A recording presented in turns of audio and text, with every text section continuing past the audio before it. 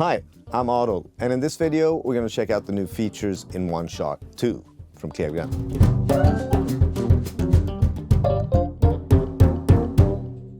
But first, in case you've never used OneShot before, let's do a short recap.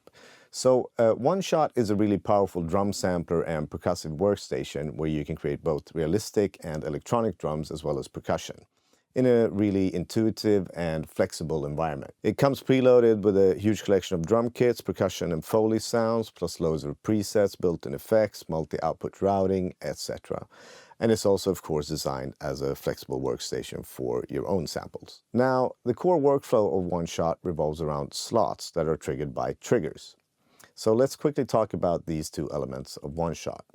So a slot is what contains the actual sound, which can be just one sample or multiple samples stacked in velocity layers. The slots are also part of the mixer where you can adjust volume, pan, sends, and also take use of the multi-out routing. Those are the slots. What are triggers?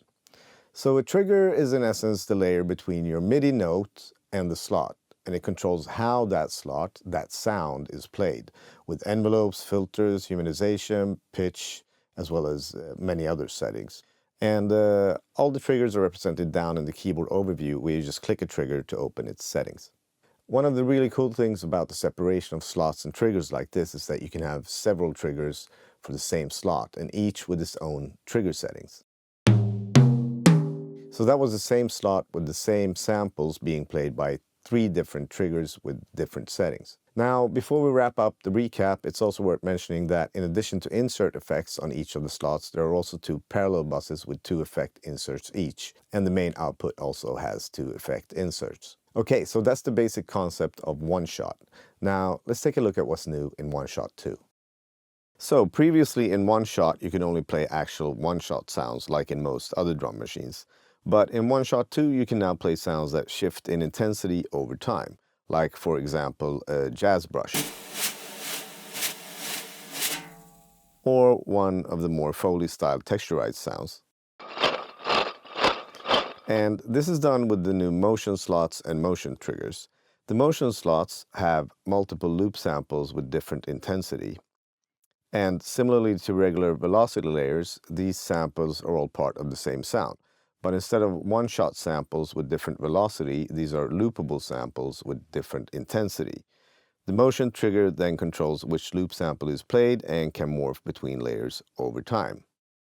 So let's have a look at how this trigger's envelope controls what loop sample of this slot is played.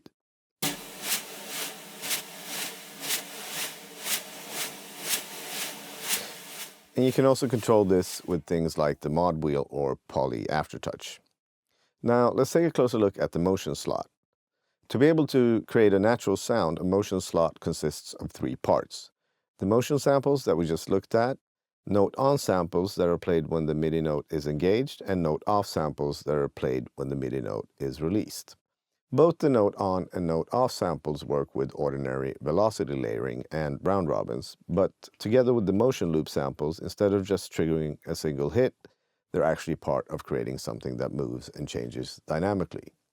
And with that said, if you're happy with just the motion loop samples, you can always leave out the note on and note off samples. They're optional. Okay, so let's take a look at the motion trigger settings. First thing you'll see is this envelope here that we looked at earlier. And as mentioned, this envelope is what controls the intensity of the motion sound. So let's reshape this envelope quickly. And once again, you can hear how the intensity of the sound changes with the curve of the envelope. We also have some other tools up here that help with the shaping of the envelope, including drag and add events, snap to grid, etc. We have a half or double speed setting over here. And next to that, we have the envelope length setting, which sets the length of the envelope in beats. And in relation to that, we also have beat offset down here, which is useful if you change time signatures or want to shift the groove slightly. And up here is where you change the setting for different sync modes. So direct means that the envelope starts immediately when the note is played. Host beat quantizes the start to the nearest beat in your host, and timeline hard syncs everything to your DAW timeline. And last, we have external, which is the setting that lets you control the motion engine via MIDI message. For instance, with your mod wheel, aftertouch, or perhaps even with your phone, which we'll come back to in a moment. So down here at the bottom, we have gain settings and corresponding gain curves for the individual slot sample groups, and we also have pitch here. And next to that, we have attack and release settings that can be set to affect either intensity or volume. And also, one very handy feature when working with triggers is this eye icon up here. When this is engaged, the trigger settings that are shown will be the one that corresponds to the last played MIDI note.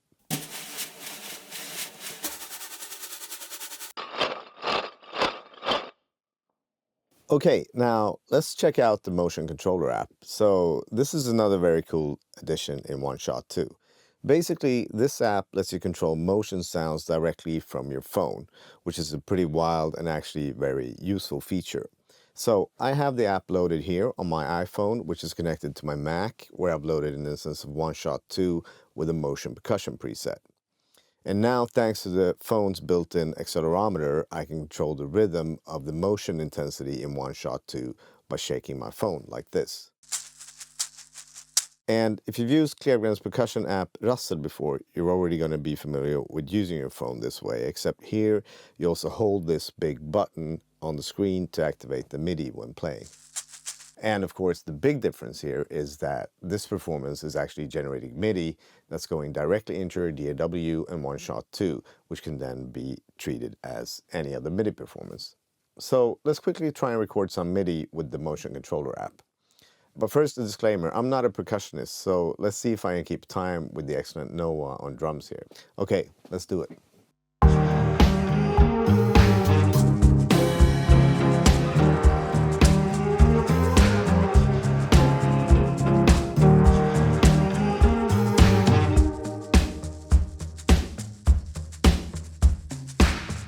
Maybe not my tightest take, but that's pretty cool. And here I'm just using a typical shaker sound, but there's a big collection of various motion percussion instruments already included in OneShot2. And also, since you can now create your own motion sounds with your own samples, only your imagination sets the limits to what you can turn into a percussive instrument that can be played with just your hands moving your phone. It's pretty wild. Okay, so that's the app. I won't get into the setup here, but there's a separate video showing exactly how the app works and how the connections are set up. So check that video out if you want to dive deeper into this cool new feature. Now, let's talk about the massive addition to the sound and preset library. So OneShot2 comes with a large collection of new presets and sounds that take advantage of the new motion engine, and that also greatly expands the already extensive collection of multi-sampled drums and percussive sounds of the original OneShot. So in total, OneShot2 now includes over 300 presets with both acoustic and electronic drums, percussion, and sounds for music across most genres. So let's take a look at a few examples of these new additions. Okay, here's a preset with the new studio kit. So let's take a quick listen.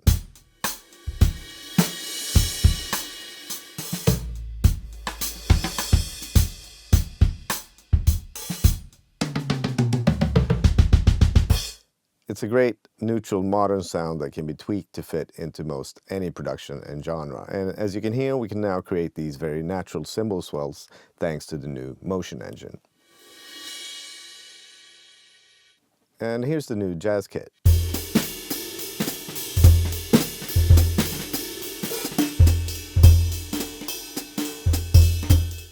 That's pretty cool. And let's also listen to some new motion percussion sounds and presets.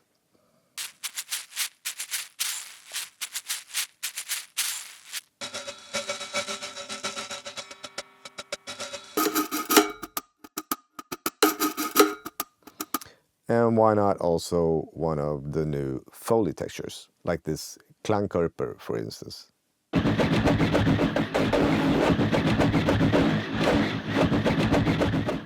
So those are just a few of the new sounds and presets. Feel free to explore the library and also, of course, try out the new motion engine with your own samples. Now, let's take a quick look at another new feature in OneShot2, stack triggers, another highly requested feature. So basically, with stack triggers, one MIDI note can now trigger multiple sounds at the same time. Let's open the stack trigger settings here. Here you can add multiple target triggers, adjust your velocity, and also add delay. So for example, I'll create a quick flam by delaying one of the sounds here slightly. we could layer a snare with a clap.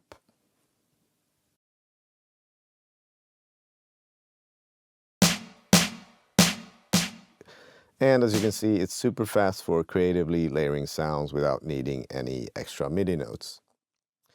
While we're at it, let's also take a quick look at a new feature in the regular one-shot triggers before we check out the new effects. So when the gain envelope is active in a one-shot trigger, we now have this option for release on note off for one-shots. This means that the sound will keep playing as long as you hold the trigger, and release naturally when you let go. I'll demonstrate this quickly with this cymbal sound here.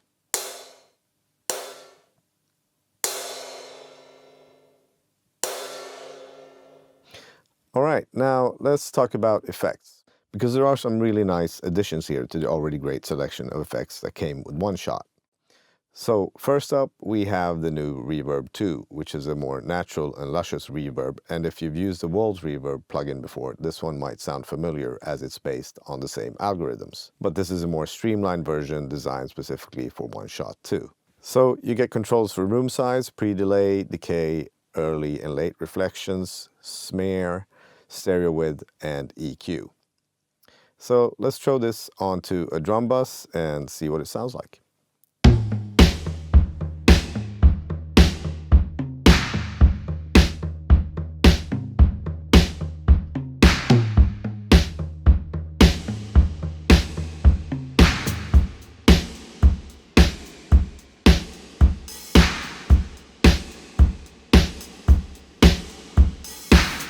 As you can hear, we can go from a tight, natural room to more spacious and creative environments really quickly. And since it's integrated directly into the OneShot2 mixer, it fits really nicely into the workflow, of course. Next, we have the transient adder.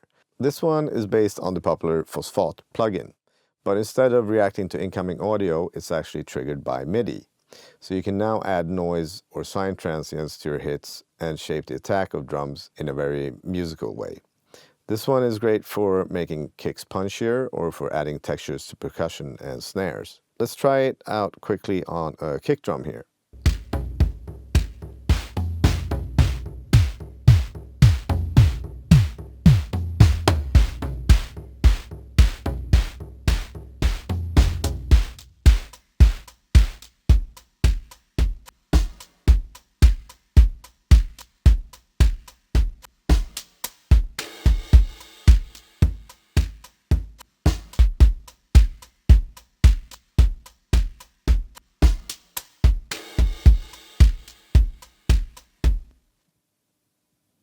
Okay, as you can see, it opens up many possibilities for shaping your sound directly in OneShot2. And finally, among the new effects, we have Unstereo. This one does exactly what it says. It narrows the stereo image, which is super useful if you want to tighten up a sound or make space in a drum mix.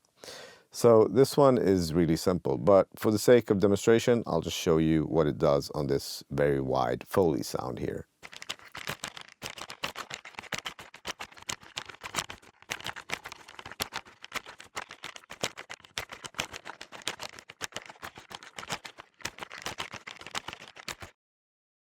All right, so those are the new effects in OneShot2.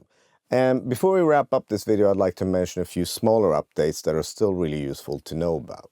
So for instance, in the Slot sound browser, you can now right-click and hold to preview sounds directly in the browser. And Slot user presets now also support subfolders for easier management of your own sounds. And you can also now copy and paste effects by right-clicking on them to get a copy-paste menu. Also, slots are now highlighted when you hover over the corresponding triggers in the keyboard overview for faster navigation. Minor improvements, perhaps, but the kind that enhances the workflow and lets you focus more on being creative. And of course, all of your expansions for OneShot will work with OneShot2. And new expansion packs, including artist collaborations, will continue to be released regularly, so stay tuned for those as well. So that's OneShot2, a big update that adds motion sounds, stacking, new effects, and a much larger library while still keeping the original workflow smooth. So if you want to try it out for yourself, as per usual, head over to the Clearground website, download the demo, Links are in the description. And please also continue to send in your feature requests. They are being heard and they are being implemented, which, as you can see, OneShot2 is a great example of. Okay, so that's it for this video. I will see you in the next one. Bye.